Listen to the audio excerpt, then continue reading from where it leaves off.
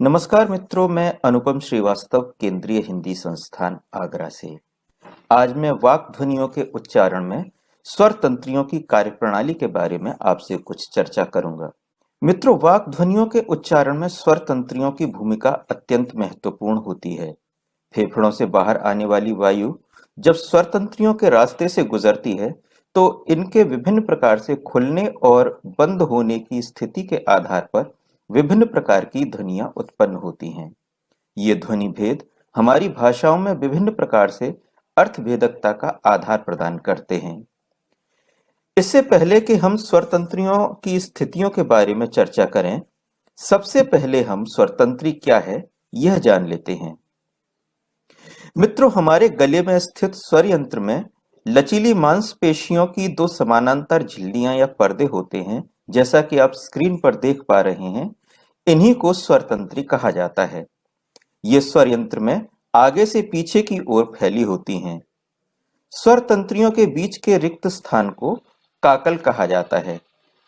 फेफड़ों से वायु बाहर आते समय ये स्वर तंत्रियां विभिन्न प्रकार से खुलती और बंद होती हैं, जिसके आधार पर विभिन्न प्रकार की ध्वनियों का उच्चारण होता है। आइए इन्हें विस्तार से समझ लेते हैं।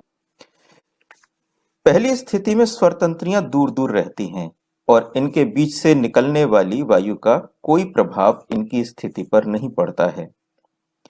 इस स्थिति में उत्पन्न होने वाली ध्वनियों को अघोष ध्वनियां कहा जाता है, जैसे हिंदी की क ख च छ ट ठ त थ प फ ध्वनियां।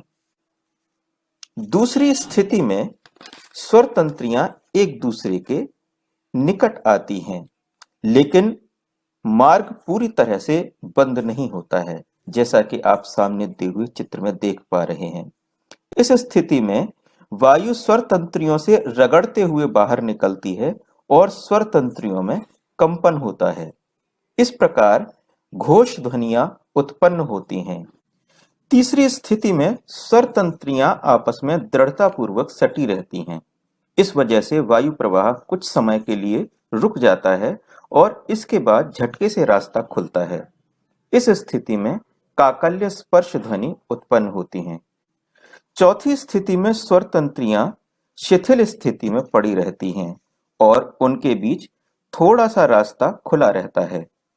इस स्थिति में वायु निकलते समय स्वर तंत्रियों में घोषत्व उत्पन्न नहीं होता। इस प्रकार फुसफुसाहट या भनभनाहट जैसी ध्वनि उत्पन्न होती है, जिनको तकनीकी रूप से जपित ध्वनियां कहा जाता है। हम जब बहुत धीरे धीरे बोलते हैं तो इस प्रकार का उच्चारण सुनाई देता है।